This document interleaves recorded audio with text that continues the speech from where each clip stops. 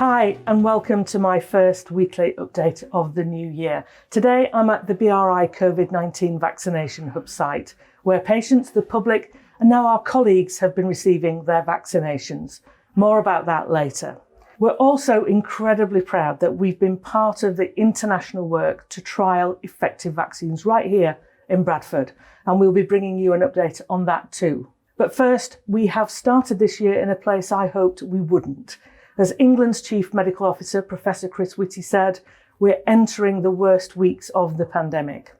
The rate of infection grew last week in Bradford by 40%, and the number of deaths across the country are at an all-time high.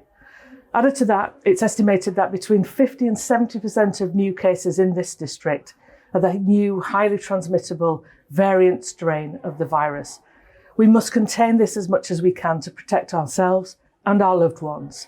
The NHS is at a critical point and it's in real danger of being overwhelmed as we deal with COVID-related admissions and continue to provide other services for seriously ill patients. So I'm making this direct appeal.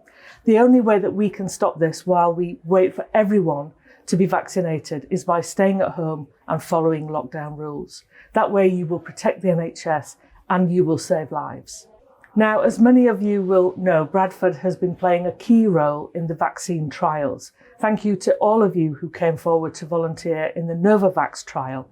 And as a result, we became the third highest recruiting centre in the UK. This research is crucial in the race to find effective vaccines. Here's Professor Dinesh Saralaya, who's been working on our wards and also leading our trials. I've just finished an on-call on the respiratory ward, which is Ward 31, which is one of the main COVID wards at the Bradford Royal Infirmary.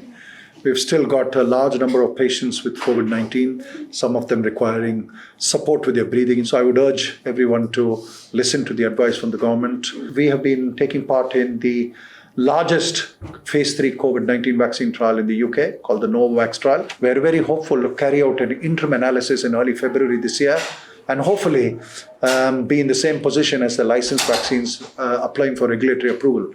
This will be huge news for the city of Bradford because Bradford has played a pivotal role. We know that the government has purchased over 60 million doses of the Novavax vaccines. So Bradford, I hope, will be in the news very shortly once the Novavax vaccine is rolled out, that we've been part of a historic race to find a vaccine for COVID-19.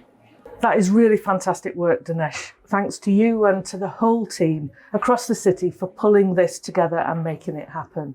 Now, let's take a look at other news from across the Trust, including our progress in making sure our colleagues receive their vaccinations.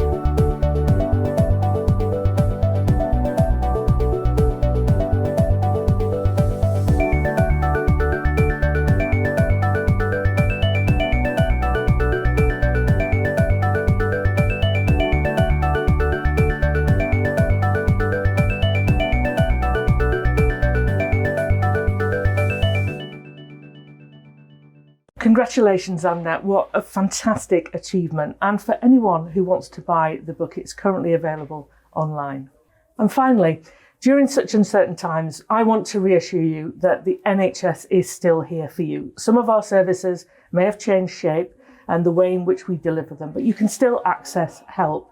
And here's Chief Nurse Karen Dauber to let you know who to contact when and if you need support or advice. If you are unwell, feeling unwell, there's a number of routes you can take. There's self-care, you can talk to your community pharmacist, you can contact 111 who will direct you in the most appropriate way.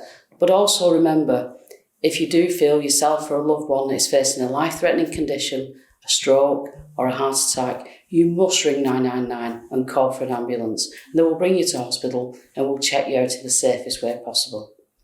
In addition to that, if you do have an appointment at your GP's or at the hospital, please keep that appointment unless we cancel it. So all our appointments are running. If it has been cancelled, you will get notified about that. Thanks, Karen, for that very important reminder.